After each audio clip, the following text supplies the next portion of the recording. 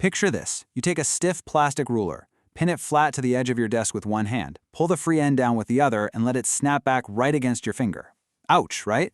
Now, imagine taking a loose, slinky-style spring, pulling it back that exact same distance, and letting it hit that same finger. You barely even feel it. So why does a snapped ruler sting so much more than a loose spring, even when you pull them back the exact same amount? By the end of this explainer, you're going to completely understand the physics behind this everyday experience. We're going to uncover the hidden energy inside simple harmonic oscillators, derive the formula for their maximum speed, and then apply that exact math to figure out how fast a heavy car bounces after hitting a pothole.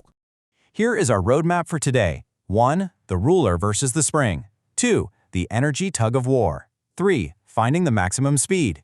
4. 3 factors of speed. 5. Real-world math with bouncing cars. And 6. Summary and next steps. Section 1. The ruler versus the spring. To answer our opening question, we really need to look at a fundamental property in physics known as the force constant. You can just think of this as a system stiffness. The ruler hurts more simply because it's a stiffer system. In physics, when we're dealing with a simple harmonic oscillator, which could be a spring, a pendulum, or that bending ruler, the energy stored inside it depends on how much it's deformed. Because the ruler is stiffer, it exerts a much greater force for the exact same amount of displacement compared to that loose spring. It snaps your hand with greater force and, well, that's why it stings. Section 2. The energy tug of war.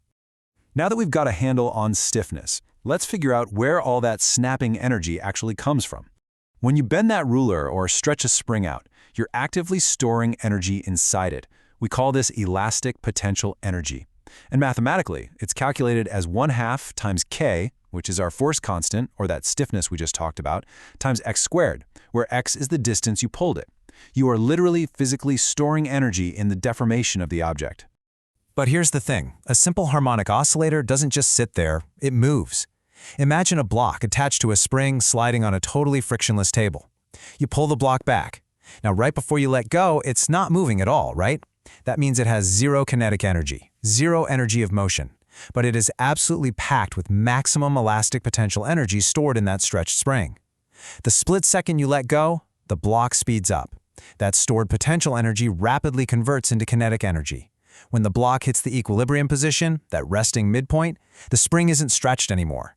All the potential energy is gone because it's been completely traded in for kinetic energy. It's just an endless tug-of-war. So here is the absolute most crucial takeaway. Because we're assuming an ideal system with no friction stealing our energy away, the total energy never changes. The kinetic energy plus the elastic potential energy equals a constant number. The total energy is conserved. It just continuously shapeshifts back and forth from stored energy to motion energy. Section 3. Finding the maximum speed. Since we know energy is conserved, we can use that rule to find out exactly how fast our object can go. Let's crack the math together. Step 1, we set up our conservation equation. The kinetic energy, 1/2 mv squared, plus the potential energy at any point, 1/2 kx squared, has to equal the total energy of the entire system. Now we know the total energy is exactly equal to the maximum potential energy when the spring is pulled all the way back to its absolute limit, which we'll call capital X. So we set the whole equation equal to 1/2 k capital X squared. In step 2, we just use some basic algebra to isolate the velocity variable, v. And boom, that brings us to step 3, our final formula. The maximum velocity, Vmax, equals the square root of the stiffness k divided by the mass m, all multiplied by the maximum displacement x. Section 4. 3 factors of speed. Okay, let's bring this formula out of the textbook and into the real world. What does this actually tell us? It tells us that maximum velocity relies on 3 specific factors. First, amplitude, or maximum displacement. This one is directly proportional. Pull the spring back further and it snaps back faster. Makes sense, right? Second, stiffness. As we learned from our ruler stinging our finger, stiffer systems push harder. So Vmax is proportional to the square root of our stiffness constant, k. And finally, mass. This one is inversely proportional to the square root of m. Basically, heavier objects will lower the maximum velocity. Now wait, this is a super important moment. Let's test your intuition with a quick check on your understanding. Based on those 3 factors we just broke down, if you were watching a simple harmonic oscillator bounce around on a desk, what is one way you could theoretically decrease its maximum velocity? Take a second and look at the formula in your head. Did you get it? The most straightforward way is to increase the mass of the oscillating object. Because mass is sitting right there in the denominator of our equation, a larger mass mathematically means a lower maximum speed. And in physical terms, heavier objects just accelerate a lot more slowly when a given force pushes on them. Section 5. Real-world math with bouncing cars. Let's scale this up. We aren't just talking about desktop toys here. These exact formulas apply to massive engineering systems like vehicle suspensions. Imagine a car with a mass of 900 kilograms.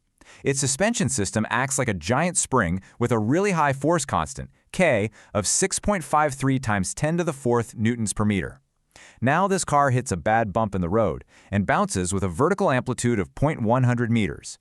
Assuming no dampening happens, meaning the shocks don't absorb the energy, what is the absolute maximum vertical velocity of this bouncing car? Well, we just plug our variables straight into our Vmax formula, the square root of k divided by m times capital X. That is the square root of 6.53 times 10 to the 4th divided by 900, all multiplied by 0.100. Calculate that out, and we get 0.852 meters per second. That's almost a full meter per second of vertical speed. That makes total logical sense for a bouncing car, and it proves how this theoretical math directly solves multi-ton real-world problems. Section 6. Summary and next steps. Before we wrap up, let's lock in the key concepts from today. First, energy in an ideal simple harmonic oscillator is fully conserved. It is a constant, beautiful trade-off between kinetic energy and elastic potential energy. Second, the maximum velocity of that system relies proportionally on the amplitude and the stiffness, and inversely on the mass of the object. I absolutely love this quote from the text because it perfectly captures the elegance of everything we just covered. The energy oscillates back and forth between kinetic and potential, going completely from one to the other as the system oscillates. It really is a perfectly balanced dance. And truly grasping this concept right now is going to be a huge help when we tackle way more complex things later, like alternating current circuits in electricity. So we've mastered objects bouncing back and forth in a straight line. But what if I told you that a bouncing spring and a planet moving in a perfect circle are actually mathematically identical? Next time, we're diving into uniform circular motion and its crazy, surprising connection to simple harmonic motion. Why on earth does a circle have anything to do with a bouncing